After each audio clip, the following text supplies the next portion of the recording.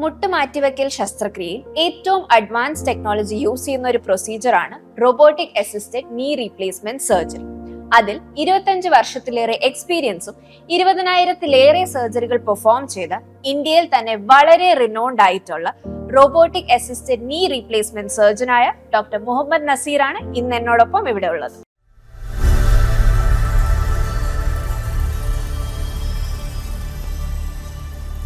ഡോക്ടറിന്റെ സോഫാറുള്ള orthopaedic journey and ഈ ഒരു റോബോട്ടിക് നീ റീപ്ലേസ്മെന്റ് എന്ന സ്പെഷ്യലൈസേഷൻ ഇതിനെ കുറിച്ചൊന്ന് ബ്രീഫ്ലി പറയാമോ?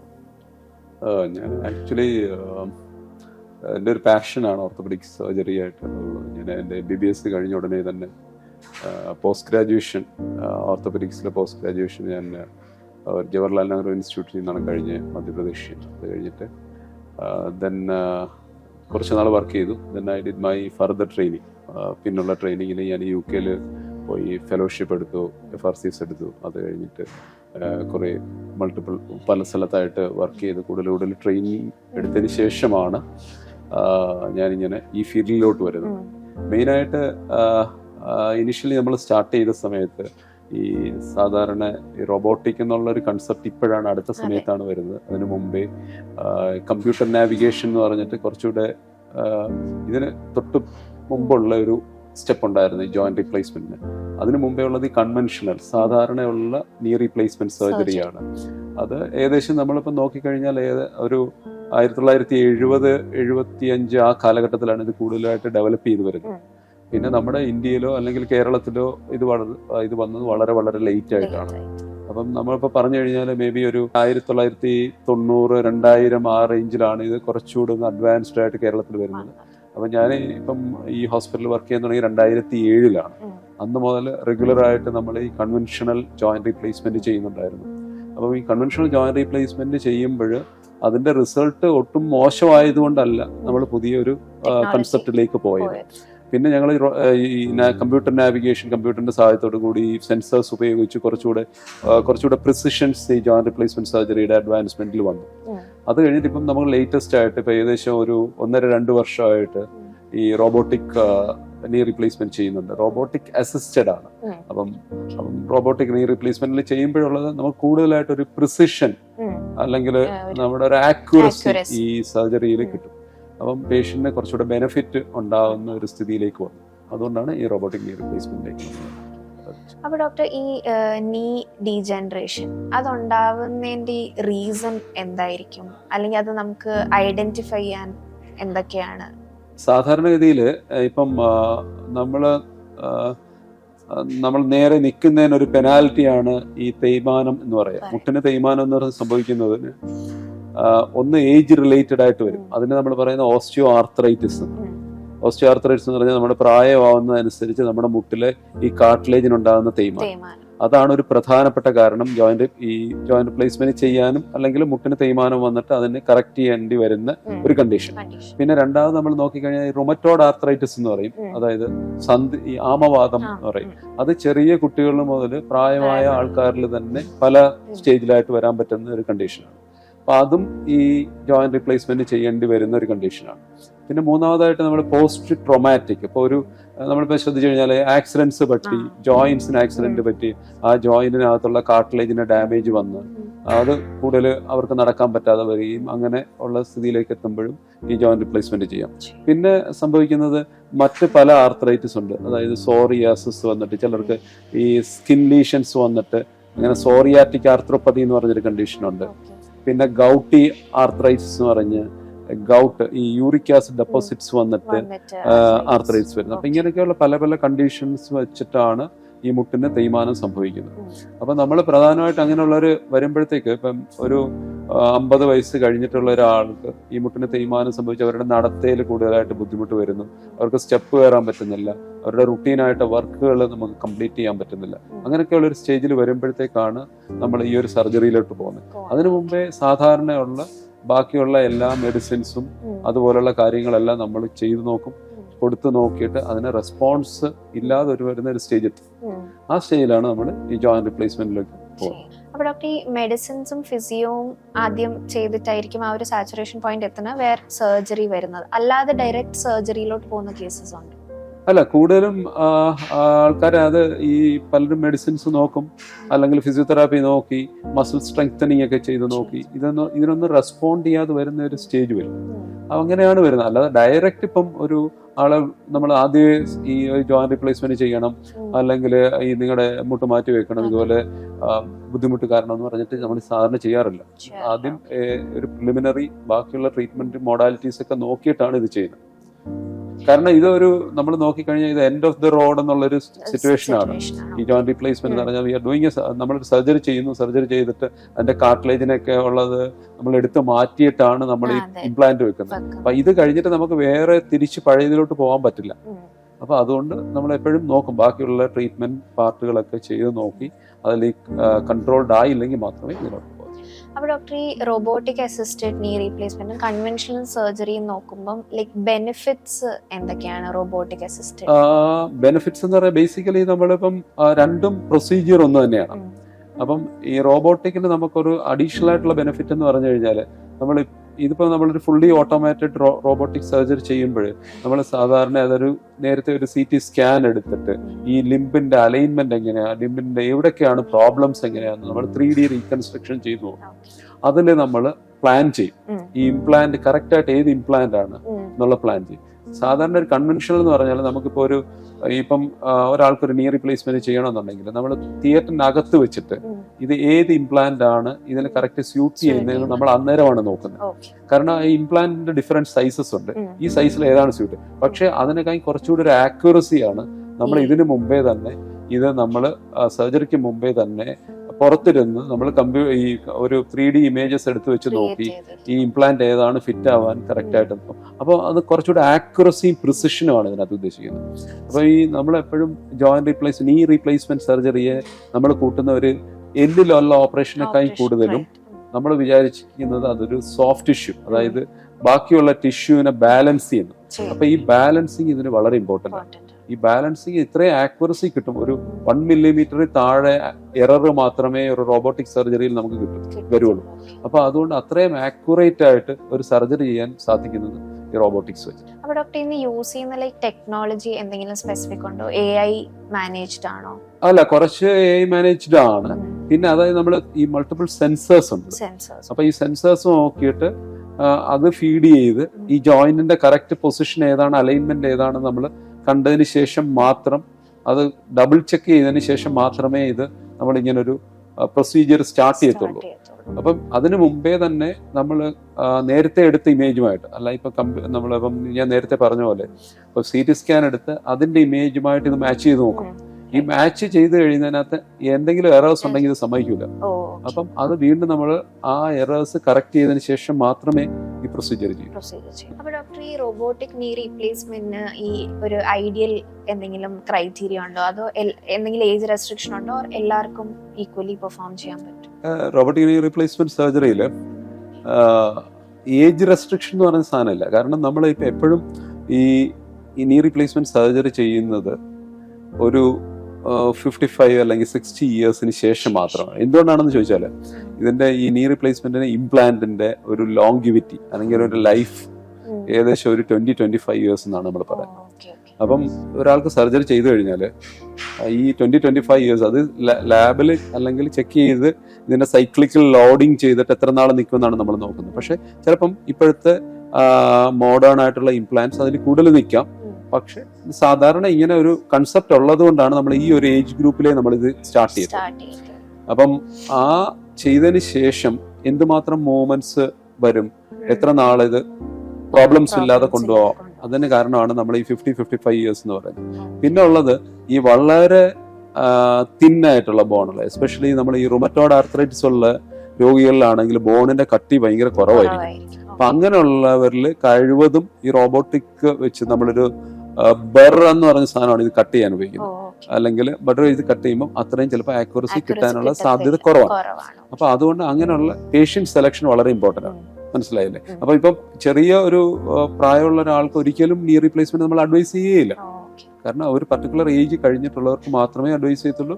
ആ ബോൺ ക്വാളിറ്റി നമ്മൾ നോക്കും, ഇത് നമുക്ക് ഇതിനെ എഫക്റ്റീവ് ആയിട്ട് ചെയ്യാൻ പറ്റുമോ, എന്നാണ്. ഇപ്പം സർജറി ചെയ്യുന്നത് മാത്രമല്ല ഇമ്പോർട്ടൻറ്റ്, സർജറി കഴിഞ്ഞിട്ട് പേഷ്യന്റ് എന്തുമാത്രം ബെനിഫിറ്റ്സ് കിട്ടുന്നു എന്നുള്ളതാണ് ഇതിന്റെ ഏറ്റവും പ്രധാനമായിട്ട്. അപ്പോൾ ഡോക്ടർ, ഒരു യങ്ങർ ഏജിൽ ഇങ്ങനെ ഒരു അഡ്വേഴ്സ് കണ്ടീഷൻ വരികയാണെങ്കിൽ റീപ്ലേസ്മെന്റ് അല്ലെങ്കിൽ റീപ്ലേസ്മെന്റ് അല്ലാതെ ചെയ്യുന്നതെന്ന് പറഞ്ഞാൽ പലതരത്തിലുള്ള ലിംബിനെ റീഅലൈൻ ചെയ്യുകയും അങ്ങനെ ഉള്ള സർജിക്കൽ പ്രൊസീജിയേഴ്സ് ഉണ്ട്. ഇപ്പൊ കാർട്ടിലേജിന് തന്നെ റീപ്ലേസ് ചെയ്യാനുള്ള മെറ്റീരിയൽസ് അവൈലബിൾ ആണ്. അപ്പൊ അങ്ങനെ ഒക്കെ ആ രീതിയിലുള്ള എല്ലാ മെത്തേഡ്സും നോക്കും. അപ്പം തീർച്ചയായിട്ടും നമ്മൾ ഈ ഒരു ഏജ് കഴിഞ്ഞിട്ടേ ചെയ്യുള്ളൂ എന്നല്ല. കാരണം ചിലർക്ക് വളരെ മോശപ്പെട്ട ഇത് എല്ലാ പ്രൊസീജിയേഴ്സും നോക്കി വളരെ മോശപ്പെട്ട ഒരു നീയാണ് അവരുടെ ഡെയിലി റുട്ടീൻ അഫക്ട് ചെയ്യുന്നുണ്ടെങ്കിൽ we can definitely go for replacement surgery. പിന്നെ നീ റീപ്ലേസ്മെന്റ് ഒരു പ്രാവശ്യം ചെയ്തെന്ന് പറഞ്ഞിട്ട് പിന്നെ ആ നീയില് പ്രോബ്ലംസ് വന്നു കഴിഞ്ഞാൽ നമുക്ക് ചെയ്യാൻ പറ്റാത്തതില്ല. അതിന് റിവിഷൻ സർജറീസ് ഉണ്ട്, റിവിഷൻ ഇംപ്ലാന്റ്സ് ഉണ്ട്. അപ്പൊ അങ്ങനെ നമുക്ക് ചെയ്യാൻ പറ്റും. അവരുടെ അത് ഒരു എൻഡ് ഓഫ് ദി റോഡ് അല്ല. ഒരു സർജറി ചെയ്തെന്ന് പറഞ്ഞിട്ട് പിന്നെ ഇനി ചെയ്യാൻ പറ്റില്ല, ഇനി അവർക്കൊന്നും പറ്റില്ല എന്നുള്ള ഒരു സ്റ്റേജ് അല്ല. അവർക്ക് പിന്നെ കറക്റ്റ് ചെയ്യാൻ പറ്റും. ഈ റോബോട്ടിക് നീ റീപ്ലേസ്മെന്റ്, ഈ പാർഷ്യൽ നീ റീപ്ലേസ്മെന്റ് അല്ലെങ്കിൽ അതിൽ എങ്ങനെയാണ് അത് ബെനിഫിഷ്യൽ? ഈ നമ്മൾ പറയും ടോട്ടൽ നീ റീപ്ലേസ്മെന്റ്, പാർഷ്യൽ നീ റീപ്ലേസ്മെന്റ് എന്ന് പറയും. ടോട്ടൽ നീ റീപ്ലേസ്മെന്റ് എന്ന് പറയുന്നത് സാധാരണ സംഭവിക്കുന്ന നമ്മുടെ ഈ മുട്ടിനെ നമ്മൾ 3 കമ്പാർട്ട്മെന്റ് ആയിട്ടും തിരിക്കും നോക്കും. അതായത് ഒന്ന് അകത്തുള്ള മീഡിയൽ കമ്പാർട്ട്മെന്റ്, ലാറ്ററൽ കമ്പാർട്ട്മെന്റ്, പാറ്റലോഫെമറൽ എന്ന് പറയും. അപ്പം ഇതില് ഒരു കമ്പാർട്ട്മെന്റ് മാത്രം ഇൻവോൾവ് ആണെങ്കിലാണ് നമ്മൾ ഈ പാർഷ്യൽ നീ റീപ്ലേസ്മെന്റ് ചെയ്യുന്നത്. പാർഷ്യൽ നീ റീപ്ലേസ്മെന്റിന്റെ ഈ റോബോട്ടിക് വെച്ചിട്ട് ചെയ്യുമ്പോഴത്തേക്കുള്ള ആക്യുറസി ബാക്കിയുള്ളതിനേക്കാളും വളരെ നല്ലതാണ്. സാധാരണയുള്ള ഒരു പാർഷ്യൽ നീ റീപ്ലേസ്മെന്റ് നേരത്തെ ചെയ്യുമ്പോഴത്തേക്ക് അതിന്റെ റിസൾട്ട്സ് മോശമാവാം, പലതരത്തിലുള്ള റിസൾട്ട്സ് ഉണ്ട്. പക്ഷേ നമ്മള് ഇപ്പൊ റോബോട്ടിക് വെച്ച് ചെയ്യുമ്പോഴത്തേക്ക് അതിന്റെ ആക്യുറസി വളരെ കൂടുതലാണ്. ഞാൻ നേരത്തെ പറഞ്ഞതുപോലെ ഈ ലിഗമെന്റ് ബാലൻസിങ് വളരെ നല്ലതാണ്. ഡോക്ടർ, അപ്പൊ ഈ റോബോട്ടിക് നീ റീപ്ലേസ്മെന്റ് സർജറിക്ക് മുന്നേ ലൈക്ക് എന്തെങ്കിലും സ്കാൻസോ ടെസ്റ്റോ, സ്പെസിഫിക് സ്കാൻസോ ടെസ്റ്റോ? അല്ല, ഇതിനകത്ത് ഞാൻ നേരത്തെ പറഞ്ഞ പോലെ അത് സാധാരണയുള്ള എല്ലാ റീപ്ലേസ്മെന്റ് സർജറി ചെയ്യുമ്പോഴും നമ്മൾ എല്ലാ ബ്ലഡ് ടെസ്റ്റിന്റെ കൂട്ടത്തിൽ ഈ രോഗിയുടെ ശരീരത്തെ എവിടെയെങ്കിലും ഏതെങ്കിലും സോഴ്സ് ഓഫ് ഇൻഫെക്ഷൻ ഉണ്ടോ അതെല്ലാം നോക്കും. അപ്പൊ അതിനൊക്കെയുള്ള ടെസ്റ്റുകൾ നോക്കി അതെല്ലാം ഇല്ലാന്ന് ഉറപ്പുവരുത്തിയതിന് ശേഷം മാത്രമേ നമ്മൾ ഈ പ്രൊസീജിയറിൽ പോകുള്ളൂ. ഇതിനകത്ത് ചെയ്യുമ്പോൾ ഇതിനകത്ത് 2 തരത്തിലുള്ളതുണ്ട്. സി ടി സ്കാൻ ബേസ്ഡ് ആയിട്ടുള്ള റോബോട്ട്സ് ഉണ്ട്. അതായത് സി ടി സ്കാനിൽ നേരത്തെ നമുക്ക് എങ്ങനെയാ ചെയ്യേണ്ടതെന്ന് നോക്കിയിട്ട് ചെയ്യാൻ പറ്റുന്ന റോബോട്ട്സ് ഉണ്ട്. പിന്നെ അല്ലാതെ ഓപ്പറേഷൻ ചെയ്യുന്ന സമയത്ത് ഈ ഹാപ്റ്റിക്സ് ടച്ച് ചെയ്ത് നോക്കിയിട്ട് ഇതുകൊണ്ട് നമുക്ക് ഏത് കറക്റ്റ് ഇംപ്ലാന്റ് ഏതാണെന്ന് ഡിസൈഡ് ചെയ്യാൻ പറ്റുന്നത്. ഇപ്പൊ സി ടി സ്കാൻ ബേസ്ഡ് ആയിട്ടുള്ളതാണെങ്കിൽ ഇതിനെ സ്പെസിഫിക് പ്രോട്ടോകോൾസ് വെച്ചിട്ട് ഒരു സി ടി സ്കാൻ എടുക്കേണ്ടി വരും. അതൊരു 3D റീകൺസ്ട്രക്ഷൻ ചെയ്തിട്ട് നമ്മളിത് നോക്കും. അങ്ങനെയാണ് അത് ചെയ്യുന്നത്. അല്ലാതെ വേറെ പ്രത്യേകിച്ചായിട്ട് വേറെ ഇൻവെസ്റ്റിഗേഷൻസ് ഒന്നും വേണ്ട. അപ്പൊ ഡോക്ടർ, ഈ കൺവെൻഷണൽ സർജറി ചെയ്തായാലും റോബോട്ടിക് നീ റീപ്ലേസ്മെന്റ് ചെയ്തായാലും പോസ്റ്റ് സർജറി ഉള്ള കണ്ടീഷൻസിന് ഡിഫറൻസ് കാണോ? ലൈക്ക് പെട്ടെന്ന് ആൾക്കാർക്ക് നോർമൽ വാക്കിംഗ് പാറ്റേണിലേക്ക് പോകാൻ പറ്റും, അങ്ങനെ ഡിഫറൻസ്? അല്ല, റോബോട്ടിക് ചെയ്യുമ്പോൾ ഞാൻ നേരത്തെ പറഞ്ഞ പോലെ നീ റീപ്ലേസ്മെന്റ് സർജറി ഒരു ബോണി സർജറി അല്ല. സത്യം പറഞ്ഞാൽ അതിന്റെ മെയിൻ ആയിട്ടുള്ള നമ്മൾ പറയുന്ന സോഫ്റ്റ് ടിഷ്യൂ സർജറിയാണ്. ലിഗമെന്റ് എങ്ങനെ ബാലൻസ്ഡ് ആവുന്നോ, ഈ മുട്ടിന് ചുറ്റിനുള്ള മസിൽസും ലിഗമെന്റ്സും എങ്ങനെ ബാലൻസ്ഡ് ആവുന്നോ അതനുസരിച്ചാണ് അതിന്റെ റിസൾട്ട് വരുന്നത്. അപ്പം റോബോട്ടിക്സ് കൊണ്ട് നമുക്ക് സാധാരണ ഉള്ള കൺവെൻഷണലൊക്കെയും വളരെ നല്ല രീതിയിൽ ഈ ബാലൻസിങ് ചെയ്യാൻ പറ്റും. അങ്ങനെ വരുമ്പോൾ അവരുടെ റിസൾട്ട്സ് വളരെ ബെറ്റർ. അപ്പൊ ഈ സർജറി, പോസ്റ്റ് സർജറി അവരുടെ മൊബിലൈസേഷനും അവരുടെ റിസൾട്ട്സും മറ്റേതായിട്ട് കമ്പയർ ചെയ്യുമ്പോൾ വളരെ ബെറ്റർ ആയിരിക്കും. അപ്പോൾ ഡോക്ടർ, ഈ entire robotic knee replacement procedure എങ്ങനെയാണ്? ലൈക്ക് ഈ റോബോട്ട് ആണോ സർജറി ഹാൻഡിൽ ചെയ്യുന്നത്, അതോ സർജന്റെ റോൾ എന്താണ്? ഇത് നമ്മൾ റോബോട്ടിക് സർജറി എന്ന് പറഞ്ഞാൽ റോബോട്ടിക് അസിസ്റ്റഡ് സർജറി. അപ്പൊ തന്നെ മനസ്സിലാക്കാം ഇത് സർജന്റെ റോളാണ് കൂടുതലുള്ളത്. ഇപ്പൊ നമ്മളൊന്ന് പ്രീ ഓപ്പറേറ്റീവ് സർജറിക്ക് മുമ്പേ ഇത് പ്ലാൻ ചെയ്യും, ഇതെങ്ങനെയാ വെക്കേണ്ടത്. പിന്നെ ചെയ്യുന്നത് നമ്മൾ സർജറി ചെയ്യാനുള്ള എല്ലാം നമ്മൾ സർജൻ തന്നെ അത് എക്സ്പോസ് ചെയ്യുന്ന പറഞ്ഞാൽ ആ ബോൺ എല്ലാം എക്സ്പോസ് ചെയ്ത് വെച്ചിട്ട് നമ്മൾ ഇതിന്റെ സെൻസേഴ്സ് ഉണ്ട്, സെൻസേഴ്സ് കാലിൽ അറ്റാച്ച് ചെയ്ത് അത് ക്യാമറ വെച്ചിട്ട് ഐഡന്റിഫൈ ചെയ്തിട്ട് ലിംബിന്റെ പൊസിഷൻ ഐഡന്റിഫൈ ചെയ്ത് നമ്മൾ നേരത്തെ ചെയ്ത പ്ലാനിലാണോ ഇത് ഇരിക്കുന്നതെന്ന് നോക്കും. ഇത് പ്ലാനിലാണ് ഇരിക്കുന്നതെങ്കിൽ മാത്രം റോബോട്ടിന് ഓർഡർ കൊടുക്കുവാണ് ഫോർ ദ ബോൺ കട്ടിങ്. അപ്പൊ ഈ ബോൺ കട്ടിങ് ചെയ്യുന്ന ഏതെങ്കിലും ബെറ് ചെയ്യുന്നത് മാത്രമേ ഉള്ളൂ റോബോട്ട് വന്ന് ചെയ്യുന്നത്. ബാക്കി ഇതിന്റെ എല്ലാ പ്രൊസീജിയറും. അപ്പം പിന്നെ അതിനകത്ത് പ്രധാനപ്പെട്ട കാര്യം ശ്രദ്ധിക്കാനുള്ളതെന്ന് പറഞ്ഞാൽ നമ്മള് ഈ റോബോട്ടിന്റെ ഏതെങ്കിലും തരത്തിലുള്ള മൂവ്മെന്റ്സ്, നമ്മുടെ ലിംബിന്റെ മൂവ്മെന്റ്സ്, നമ്മൾ ലിംബ് പൊസിഷൻ ചെയ്തേക്കുന്ന മൂവ്മെന്റ് മാറിക്കഴിഞ്ഞാൽ ഈ ഹോൾ പ്രോസസ്സ് ചേഞ്ച് ചെയ്യും. അപ്പൊ അതുകൊണ്ട് ഈ കോൺസ്റ്റന്റ് വിജിലൻസ് സർജറി ചെയ്തുകൊണ്ടിരിക്കുന്ന സമയത്ത് വളരെ വളരെ കൃത്യമായി ഈ ഇതിനെ സൂപ്പർവൈസ് ചെയ്ത് മാത്രമേ ഇത് സർജറി ചെയ്യാൻ പറ്റുള്ളൂ.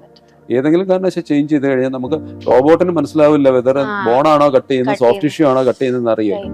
അപ്പം നമ്മളാണ് അത് കറക്റ്റ് ആയിട്ടുള്ള പൊസിഷൻ വെച്ചു കൊടുക്കുകയും അതിനകത്തില് ചുറ്റിനുമുള്ള സോഫ്റ്റ് ടിഷ്യൂ ഇൻക്ലൂഡിങ് ചിലപ്പോൾ വളരെ പ്രധാനപ്പെട്ട രക്തക്കുഴലുകളും നെർവുകളും ഒക്കെ ഇതിന്റെ ചുറ്റിനുമുണ്ട്. ഈ ഞരമ്പുകളെല്ലാം മാറ്റി വ്യക്തമായിട്ട് ഈ ഇതിനെ കട്ട് ചെയ്യേണ്ട സ്ഥലങ്ങൾ മാത്രമേ എക്സ്പോസ് ചെയ്ത് വെക്കുള്ളൂ. ബാക്കിയെല്ലാം പ്രൊട്ടക്ട് ചെയ്യേണ്ട ഈ സർജന്റെ റോളാണ്. അത് കഴിഞ്ഞ് ഇത് കട്ട് ചെയ്തതിന് ശേഷം നമ്മൾ ഡബിളി മാനുവലി നമ്മൾ ചെക്ക് ചെയ്യും ഇത് ചെയ്തത് ശരിയാണോ, ഇത് കറക്റ്റ് ആയിട്ടുള്ള ബാലൻസ്ഡ് ആണോ, ആണെങ്കിൽ മാത്രമേ നമ്മൾ അടുത്ത സ്റ്റെപ്പിലേക്ക് പ്രൊസീഡ് ചെയ്യുള്ളൂ. ഇംപ്ലാന്റ് വെക്കുന്ന പ്രൊസീജിയറിൽ പോകും. ഡോക്ടർ, ഈ കൺവെൻഷണൽ സർജറിയും ഈ റോബോട്ടിക് അസിസ്റ്റഡ് നീ റീപ്ലേസ്മെന്റിൽ എന്തെങ്കിലും കോംപ്ലിക്കേഷൻസ് സാധാരണ എല്ലാ നീ റീപ്ലേസ്മെന്റ് സർജറിക്കും നമുക്ക് സംഭവിക്കാവുന്ന കോംപ്ലിക്കേഷൻസ് ഇതിനും വരാം. അതായത് മേജർ ഇതുപോലൊരു റീപ്ലേസ്മെന്റ് സർജറിന്റെ മേജർ ത്രെട്ട് ഇൻഫെക്ഷൻ ആണ്. അപ്പൊ അതിനു വേണ്ടിയുള്ള എല്ലാ കെയറും നമ്മൾ എടുക്കും. ഇൻഫെക്ഷൻ വരാതിരിക്കാനുള്ള എല്ലാ കെയറും എടുത്തതിന് ശേഷം മാത്രമേ ഈ പ്രൊസീജിയറിന് പോകുള്ളൂ. അപ്പൊ ചെയ്യുമ്പോൾ തിയേറ്ററിനകത്ത് എന്തുമാത്രം സ്റ്റെറൈൽ എൻവയോൺമെന്റ് നമുക്ക് കീപ്പ് ചെയ്യാൻ പറ്റുമോ അത് കീപ്പ് ചെയ്യും. പിന്നെ തിയേറ്ററിനകത്തുള്ള ആൾക്കാരുടെ മൂവ്മെന്റ്സ് നമ്മൾ മാക്സിമം കുറയ്ക്കാൻ നോക്കും, ഏറ്റവും കുറച്ച ആൾക്കാർ. അപ്പം സ്പെസിഫിക് ആയിട്ട് റോബോട്ടിക് സർജറി കൊണ്ട് എന്തെങ്കിലും അഡ്വാൻറ്റേജ് ഉണ്ടോ ഡിസഡ്വാൻറ്റേജ് ഉണ്ടോ എന്ന് ചോദിച്ചു കഴിഞ്ഞാൽ അഡ്വാൻറ്റേജ് ഒരുപാടുണ്ട്. ഡിസഡ്വാൻറ്റേജിന്റെ പ്രോബ്ലം എന്ന് പറഞ്ഞാൽ ഞാൻ നേരത്തെ പറഞ്ഞ പോലെ ഇതിന് ചുറ്റിനുമുള്ള സോഫ്റ്റ് ടിഷ്യൂസിനകത്ത് ഇഞ്ചുറി വരാം. ഈ നമ്മൾ മുട്ട് തന്നെ ചെയ്യുമ്പോൾ അതിന് തൊട്ട് ബാക്കിലാണ് ഏറ്റവും പ്രധാനപ്പെട്ട രക്തക്കുഴൽ വരുന്നത്. അപ്പൊ നമ്മളത് കറക്റ്റ് പൊസിഷൻ അല്ല എന്നുണ്ടെങ്കിൽ റോബോട്ട് പോയി കട്ട് ചെയ്യാം. അപ്പൊ അതൊക്കെ സൂക്ഷിക്കുക എന്നുള്ളത് നമ്മുടെ ഈ സർജന്റെയും കൂടെ റോളാണ്. അല്ലാതെ സ്പെസിഫിക് ആയിട്ട് ഇതുകൊണ്ട് കൂടുതലൊരു കോംപ്ലിക്കേഷൻസ് വേറെയില്ല. ഡോക്ടർ, ഈ കൺവെൻഷണൽ സർജറി അപേക്ഷിച്ച് ഈ റോബോട്ടിക് അസിസ്റ്റഡ് നീ റീപ്ലേസ്മെന്റ് കൂടുതൽ ടൈം എടുക്കുമോ, അതേ ഈക്വൽ ടൈം ആണോ, ഡ്യൂറേഷൻ? അത് ചോദിച്ചു കഴിഞ്ഞാൽ സാധാരണ ഈ സർജന്റെ എക്സ്പീരിയൻസിനെ ഡിപ്പെൻഡ് ചെയ്തിരിക്കും. ഇപ്പം സാധാരണ റെഗുലർ ആയിട്ട് കൺവെൻഷണൽ ചെയ്തുകൊണ്ടിരിക്കുന്ന ഒരു സർജൻ ആണെങ്കിൽ ഏകദേശം ഒരു അരമണിക്കൂർ അല്ലെങ്കിൽ 45 മിനിറ്റ്സ് കൊണ്ട് ഫിനിഷ് ചെയ്യാൻ പറ്റുന്ന പ്രൊസീജിയർ റോബോട്ടിക് സർജറി വരുമ്പോൾ കുറച്ചുകൂടി ഡിലേ ആവും. ബിക്കോസ് ഇതിനകത്തില് നമ്മൾ ചെയ്യുന്നതിനേക്കാളും കൂടുതൽ നമ്മൾ ഈ കൂടുതൽ എൻ്റെ ആക്യുറസിക്ക് വേണ്ടി ഇമ്പോർട്ടൻസ് കൊടുക്കും തോറും നമ്മൾ ഇത് ഡബിൾ ചെക്ക് ചെയ്തുകൊണ്ടിരിക്കും. അപ്പം അതിനുവേണ്ടിയുള്ള സമയം എക്സ്ട്രാ വരും. പിന്നെ അതുപോലെ ഈ സാധാരണ കൺവെൻഷണൽ പ്രൊസീജിയറിനൊക്കെ നമ്മൾ ചെയ്യുന്ന സോയാണ് ഉപയോഗിക്കുന്നത്. സോ എന്ന് പറഞ്ഞാൽ കട്ട് ചെയ്യാൻ വേണ്ടി. ഇതിനകത്ത് ഈ ഒരു ബർ എന്ന് പറയുന്ന സാധനമാണ്. അത് റൊട്ടേറ്റ് ചെയ്ത് വരാനുള്ള സമയം കുറച്ചുകൂടി എടുക്കും. പക്ഷെ ആ സമയം കൂടുതൽ എടുക്കുന്നത് കൊണ്ട് പേഷ്യന്റ് എന്തെങ്കിലും പ്രോബ്ലം വരുമെന്ന് തോന്നുന്നില്ല. കാരണം ഇതിനകത്ത് ഒരു പ്രത്യേകത ഉള്ളതെന്ന് പറഞ്ഞാൽ നമ്മൾ ഈ ബർ യൂസ് ചെയ്യുന്ന സമയത്ത് തന്നെ ഇതിനെ സാധാരണ നമ്മൾ കട്ട് ചെയ്യുമ്പോൾ കുറച്ച് ഹീറ്റ് ജനറേറ്റ് ചെയ്യും. ഈ ഹീറ്റ് ജനറേറ്റ് ചെയ്യാതിരിക്കാൻ വേണ്ടി കണ്ടിന്യൂസ് ആയിട്ട് ഈ മെഷീൻ ഇത് തണുപ്പിച്ചുകൊണ്ടിരിക്കും. അപ്പൊ സലൈനെയും ഇത് ചെയ്ത് തണുപ്പിച്ചുകൊണ്ടിരിക്കും. അപ്പം അതുകൊണ്ട് സമയം കൂടിയത് കൊണ്ട് രോഗിക്ക് പ്രത്യേകിച്ച് കൂടുതലായിട്ടുള്ള പ്രശ്നം വരുന്നില്ല, കുറച്ച് അഡ്വാൻറ്റേജസ് വരത്തുള്ളൂ. അപ്പം സമയം കൂടി കുറച്ചുകൂടെ സാധാരണ ഉള്ളതിൽ കുറച്ചുകൂടെ കൂടുതലാണ്. അപ്പോൾ ഡോക്ടർ, ഈ പോസ്റ്റ് സർജറി ഈ നോർമൽ കൺവെൻഷണൽ പോലെ തന്നെ എന്തെങ്കിലും മെഡിക്കേഷൻസ് ഉണ്ടോ, അല്ലെങ്കിൽ എന്ത് കൈൻഡ് ഓഫ് ഫിസിയോതെറാപ്പിയാണ്, അല്ലെങ്കിൽ ഒരു 6 to 12 weeks എന്ത് പ്രിക്കോഷൻസ് ആണ് ഒരു പേഷ്യന്റ് എടുക്കുന്നത്? സാധാരണ ഈവൻ സർജറി കഴിയുമ്പോൾ തന്നെ നീ റീപ്ലേസ്മെന്റ് ഈ ബോണൊക്കെ കട്ട് ചെയ്യുന്നതുകൊണ്ട് കുറച്ച് പെയിൻ കാണും. ഈ പെയിൻ ഉണ്ടാകാതിരിക്കാനുള്ള മെഷേഴ്സ് നമ്മൾ യൂസ് ചെയ്യും. അവിടെ ലോക്കൽ ഇഞ്ചെക്ഷൻസ്, ഇൻഫിൽട്രേഷൻസ് ഒക്കെ യൂസ് ചെയ്യും. പിന്നെ പോസ്റ്റ് ഓപ്പറേറ്റീവ് പീരീഡിൽ സാധാരണ കൊടുക്കുന്ന അനസ്തീഷ്യ മരുന്നുകൾ ചിലപ്പോൾ കുറച്ച് ഒരു ദിവസമോ 2 ദിവസമോ കണ്ടിന്യൂ ചെയ്യാൻ പറ്റും. എപ്പിഡ്യൂറൽ അനസ്തി കണ്ടിന്യൂസ് ആയിട്ട് കൊടുക്കാൻ പറ്റും. അപ്പൊ അതൊക്കെ ചെയ്ത് കഴിഞ്ഞാൽ നമ്മൾ പിന്നെ ഈ മസിലിന്റെ സ്ട്രെങ്തനിങ് എക്സസൈസ് ആണ്. ഇതിനകത്തില് നമ്മൾ നോക്കുകയാണെങ്കിൽ ഈ സർജന്റെ റോളിനെ പോലെ തന്നെ വളരെ ഇമ്പോർട്ടന്റ് ആണ് ഫിസിയോതെറാപ്പിസ്റ്റിന്റെ റോള്. അപ്പൊ ഈ ഫിസിയോതെറാപ്പിസ്റ്റ് നേരത്തെ തന്നെ ഈ സർജറിക്ക് മുമ്പേ തന്നെ നമുക്ക് എന്തൊക്കെ എക്സർസൈസസ് ചെയ്യാം, എന്തൊക്കെ എക്സർസൈസ് ചെയ്തുകൂടാ എന്നുള്ളത് നേരത്തെ വ്യക്തമായി പറഞ്ഞു കൊടുക്കേണ്ടതുണ്ട്. പിന്നെ സർജറി ചെയ്തു കഴിഞ്ഞാൽ അപ്പൊ തന്നെ പോസ്റ്റ് ഓപ്പറേറ്റീവ് പീരീഡിൽ നമ്മൾ ഈ എക്സസൈസ് സ്റ്റാർട്ട് ചെയ്യും. അപ്പം ഇതില് പ്രധാന ശ്രദ്ധിക്കാനുള്ളതെന്ന് പറഞ്ഞാൽ ഈ രോഗിയോട് ഒരാൾ സർജറിക്ക് വരുമ്പം ഈ രോഗി ശരിക്കും പറഞ്ഞാൽ ഈ സർജറിക്ക് പ്രിപ്പയർഡ് ആയിട്ട് വരുന്നതും, ഇപ്പം രോഗിയുടെ സാധാരണ ഒരു 60 വയസ്സ് കഴിഞ്ഞിട്ട് അവരുടെ മക്കളൊക്കെ ആയിരിക്കും കൊണ്ടുവരുന്നത്. ഈ മക്കള് അല്ലെങ്കിൽ കുട്ടികള് ഫോഴ്സ് ചെയ്ത് കൊണ്ടുവരുന്നവരുടെ റിസൾട്ട് തമ്മിൽ വളരെ വ്യത്യാസമാണ്. കാരണം ഈ മോട്ടിവേറ്റഡ് ആയിട്ട് വരുന്ന ആൾക്കാർ ഇത് പോസ്റ്റ് ഓപ്പറേറ്റീവ് കുറച്ചുകൂടെ ഫിസിയോതെറാപ്പി ചെയ്യാൻ തയ്യാറാവും. അപ്പൊ അങ്ങനെ ഫിസിയോതെറാപ്പി വളരെ വളരെ ഇമ്പോർട്ടന്റ് ആണ്. അപ്പം ഈ സെക്കൻഡ് ഡേ മുതൽ സർജറി കഴിഞ്ഞ് അടുത്ത ദിവസം മുതൽ ഈ രോഗിക്ക് നടക്കുകയും ടോയ്ലറ്റിൽ പോവുകയും സ്റ്റെപ്സ് കുറച്ച് കയറാനൊക്കെയുള്ള സഹായം ചെയ്തതിന് ശേഷം മാത്രമേ നമ്മൾ സാധാരണ ഹോസ്പിറ്റലിൽ നിന്ന് വിടാറുള്ളൂ. 2-3 ദിവസത്തിനകത്ത് വീട്ടിൽ പോകാം. വീട്ടിൽ പോയി കഴിഞ്ഞാൽ ഫിസിയോതെറാപ്പിസ്റ്റ് വളരെ ആക്റ്റീവായിട്ട് ഇൻവോൾവ് ആവണം. ആ മസിൽസിനുള്ള എല്ലാ സ്ട്രെങ്തും, അതായത് നമ്മുടെ ഈ ക്വാഡ്രിസെപ്സ് മസിലാണ് ശരീരത്തിലെ ഒരു മസിൽ, ഏറ്റവും പെട്ടെന്ന് ബിൽഡപ്പ് ചെയ്യാൻ പറ്റുന്നതും ഏറ്റവും പെട്ടെന്ന് വേസ്റ്റഡ് ആവുന്നതും. അപ്പൊ അതുകൊണ്ട് ആ മസിലിന് വളരെ ഇമ്പോർട്ടൻസ് ഉണ്ട് ഈ റീപ്ലേസ്മെന്റ് സർജറിയിൽ. ബിക്കോസ് അതിന്റെ സ്ട്രെങ്ത് വളരെ ഇമ്പോർട്ടൻ്റ് ആണ് നമ്മുടെ നടക്കാൻ വേണ്ടി. അപ്പം ഫിസിയോതെറാപ്പിസ്റ്റിന്റെ റോൾ വളരെ കൂടുതലാണ്. അപ്പം ഏകദേശം ഒരു 3 weeks to 1 month ഈ രോഗിക്ക് സാധാരണ ജീവിതത്തിലേക്ക് മടങ്ങാം. അവരുടെ ബാക്കിയുള്ള കാര്യങ്ങളൊക്കെ ചെയ്യാനുള്ള കാര്യങ്ങളൊക്കെ ചെയ്യാം. അത് ആ ടൈം വരെ കുറച്ച് ഫിസിയോതെറാപ്പി കണ്ടിന്യൂ ചെയ്യണം. പിന്നെ ഒരു 3 months വരെ സ്വന്തമായിട്ട് ഈ എക്സസൈസും ബാക്കിയുള്ള കാര്യങ്ങളൊക്കെ ചെയ്യുന്നത് തന്നെയാണ് നല്ലത്. അപ്പൊ ഡോക്ടർ, ഈ കൺവെൻഷണൽ സർജറിയും റോബോട്ടിക് അസിസ്റ്റഡും തമ്മിൽ കുറച്ച് കോസ്റ്റ് ഡിഫറൻസ് ഉണ്ട്. കാരണം കുറെ അഡീഷണൽ ആയിട്ടുള്ള നമ്മൾ സാധനങ്ങൾ ഉപയോഗിക്കുന്നതുകൊണ്ട് അതിൽ കുറച്ചുകൂടെ റോബോട്ടിക്കിന് കുറച്ചുകൂടെ കോസ്റ്റ് വരാം. കൺവെൻഷൻ അത് കുറച്ച് എനിക്ക് തോന്നുന്നത് ഒരു ഫ്യൂ ഇയേഴ്സ് ടൈം ഇത് രണ്ടും ഏകദേശമൊക്കെ ഒരുപോലെ ആവും. കാരണം ഈ മെഷീൻസും അതിൻ്റെ ബാക്കിയുള്ള എക്യുപ്മെന്റ്സ് നമ്മൾ യൂസ് ചെയ്യുന്നതിൻ്റെയൊക്കെ കോസ്റ്റ് നമ്മൾ നമ്പർ കൂടുതൽ ചെയ്യുന്നതനുസരിച്ച് കോസ്റ്റ് കുറയാൻ സാധ്യതയുണ്ട്. അപ്പം കുറച്ചുകൂടെ ഇത് കുറയാം. ഡോക്ടർ എന്തെങ്കിലും ടെക്നിക്കൽ ചാലഞ്ചസ് ഫേസ് ചെയ്തിട്ടുണ്ടോ ഈ സർജറി? ഞാൻ ചെയ്തതിന് ശേഷം ഈ സർജറിയിൽ എനിക്ക് ഇതുവരെ അങ്ങനെ ഒരു പ്രോബ്ലംസ് വന്നിട്ടില്ല. പിന്നെ നമ്മൾ എപ്പോഴും ശ്രദ്ധിക്കാറുള്ളത് നമ്മൾ ബാക്കപ്പ് ഉണ്ടായിരിക്കണം. നമ്മളിപ്പോ റോബോട്ടിക് അസിസ്റ്റഡ് നീ സർജറി എന്ന് പറഞ്ഞിട്ട് അത് മാത്രം കൊണ്ട് തിയേറ്ററിൽ കയറി കഴിഞ്ഞാൽ നമ്മൾ ഏതെങ്കിലും കാരണവശാൽ ഇത് മെഷീനാണ്, എറർ എപ്പോഴും വേണമെങ്കിലും സംഭവിക്കാം. അങ്ങനെ സംഭവിക്കുകയാണെങ്കിൽ നമ്മൾ ആ സമയം തന്നെ ഇത് കൺവെൻഷനിലോട്ട് കൺവേർട്ട് ചെയ്യാനുള്ള എക്യുപ്മെന്റ്സും ബാക്കപ്പും നമ്മുടെ കയ്യിലുണ്ടാവണം. അപ്പം അങ്ങനെ വേണ്ടി വരാം. അതിപ്പം എല്ലായ്പ്പോഴും സംഭവിക്കണമെന്നില്ല, പക്ഷേ റെയർ ഒക്കേഷൻസിൽ നമ്മളുടെ ബാക്കപ്പ് വേണ്ടി വരാം. അപ്പോൾ ഡോക്ടർ, ഈ ജനറലി കാണാൻ വരുന്ന പേഷ്യൻസിന് ഈ റോബോട്ടിക് സർജറിയെ കുറിച്ച് എന്തൊക്കെ ഫിയർ അല്ലെങ്കിൽ മിത്സ് ആണോ ഉള്ളത്?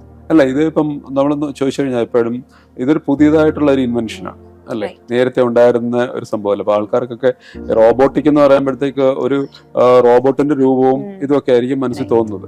അപ്പൊ അതാണോ സർജറി ചെയ്യുന്നത്, അതോ സർജനാണോ സർജറി ചെയ്യുന്നത് ചോദിക്കാറുണ്ട്. അപ്പം അവർക്ക് മനസ്സിലാക്കി കൊടുക്കേണ്ട പ്രധാനപ്പെട്ട കാര്യം എന്ന് പറയുന്നത് റോബോട്ടിന്റെ അസിസ്റ്റൻസ് കൊണ്ട് നമുക്ക് ഇതിലെ കുറച്ചുകൂടെ ആക്യുറസി ചെയ്യാവുന്നല്ലാതെ ഈ ഒരിക്കലും ഒരു സർജനെ റീപ്ലേസ് ചെയ്ത് റോബോട്ട് വരില്ല. അപ്പം it is always an assisted procedure. അപ്പം അവർക്ക് മനസ്സിലാക്കി കൊടുത്തു കഴിയുമ്പോൾ അവർ സാധാരണഗതിയിൽ എഗ്രി ചെയ്യാറുണ്ട്, സർജറിക്ക് വേണ്ടി എഗ്രി ചെയ്യാറുണ്ട്. യൂഷ്വലി കണ്ടുവരുന്നതെന്ന് വെച്ചാൽ chronic pain വരുന്നവരെയും people are hesitant ഒരു സർജറിക്ക് പോകാനായിട്ട്. സോ അവർക്ക് എന്ത് അഡ്വൈസ് ആണ് ഡോക്ടറിന് കൊടുക്കാനുള്ളത്? എല്ലാ പ്രൊസീജിയറിനും എല്ലാ കാര്യത്തിനും ഒരു ഒപ്റ്റിമൽ ടൈം ഉണ്ട്. അപ്പം അത് എപ്പോഴും ബാലൻസ്ഡ് ആയിരിക്കണം. അപ്പം ഒരു ഡിഫോമിറ്റി ഉണ്ട്, കുറച്ച് കൂടുതലായിട്ടുള്ള പ്രശ്നങ്ങളുണ്ട്, നമ്മുടെ റുട്ടീൻ ആക്ടിവിറ്റീസ്, നമ്മുടെ ഡെയിലി ലിവിങ്ങിനെ എഫക്ട് ചെയ്യുന്ന തരത്തിലുള്ള ആക്ടിവിറ്റീസ് വന്നു തുടങ്ങി നമ്മൾ ഈ വേദന സഹിച്ച് നമുക്ക് മുമ്പോട്ട് പോകാനായിട്ട് കാര്യമില്ല. അപ്പം അതിനെ കറക്റ്റ് ചെയ്യാനുള്ള മെത്തേഡ് എന്താണ്? എല്ലാത്തിനും ക്വാളിറ്റി ഓഫ് ലൈഫാണ് ഇമ്പോർട്ടൻറ്റ്. അപ്പോൾ അതിൻ്റെ എങ്ങനെ ആ ക്വാളിറ്റി ഇമ്പ്രൂവ് ചെയ്യാമെന്ന് നോക്കിയിട്ട് നമ്മൾ പോവുകയാണ് വേണ്ടത്. അപ്പൊ നമ്മളിപ്പം ഒരു മുട്ടിനൊരു ഡിഫോമിറ്റി ഉണ്ട്, ആ ഡിഫോമിറ്റി അങ്ങ് മോശമാവുന്നവരെ വെയിറ്റ് ചെയ്ത് ഇപ്പൊ ഒരു 80 വയസ്സ് 85 വയസ്സാകുമ്പോൾ ഇത് സർജറി ചെയ്യാമെന്ന് പറഞ്ഞു കഴിഞ്ഞാൽ ഇതിന്റെ പാരലായിട്ടുള്ള കോംപ്ലിക്കേഷൻസ് എന്ന് പറഞ്ഞാൽ അനസ്തീഷ്യ കൊടുക്കണം, ലോങ് ടൈം തിയേറ്ററിൽ കീപ്പ് ചെയ്യണം, പോസ്റ്റ് ഓപ്പറേറ്റീവ് നമ്മുടെ ഇമ്മ്യൂണിറ്റി കുറവായിരിക്കും, അപ്പൊ ഇൻഫെക്ഷൻസിനുള്ള സാധ്യത കൂടുതലാണ്. അപ്പൊ ഇതിനെല്ലാത്തിനും ഒരു ഒപ്റ്റിമൽ ടൈമില് ഇത് പ്രൊസീജിയറിന് പോകുന്നതാണ് ഏറ്റവും ബെസ്റ്റ്. പിന്നെ അതുപോലെ ഈ ഡിഫോമിറ്റി, കാലിലെ ഈ വളവും അല്ലെങ്കിൽ ബോണിനുണ്ടാകുന്ന ചേഞ്ചസും ഒക്കെ വളരെ കൂടുതലാകുമ്പോഴത്തേക്ക് ചെയ്യുന്ന പ്രൊസീജിയറും അതുപോലെ കോംപ്ലിക്കേറ്റഡ് ആവും. അപ്പം ഒരു ഒപ്റ്റിമൽ ടൈമിൽ ഇത് ചെയ്ത് പോകുന്നതാണ് ഈ രോഗികൾക്കും നല്ലത്, ഈ ചെയ്യുന്ന സർജൻസിനും കുറച്ചുകൂടെ ഈസി ആയിരിക്കും, റിസൾട്ട്സും നല്ലതായിരിക്കും. അപ്പൊ കുറച്ച് മോശമായതിനു ശേഷം മാത്രം നമ്മൾ ഇത് ചെയ്യാൻ നോക്കി കഴിഞ്ഞാൽ അതിന്റെ റിസൾട്ട്സ് അത്രയും നല്ലതായിരിക്കും. Thank you.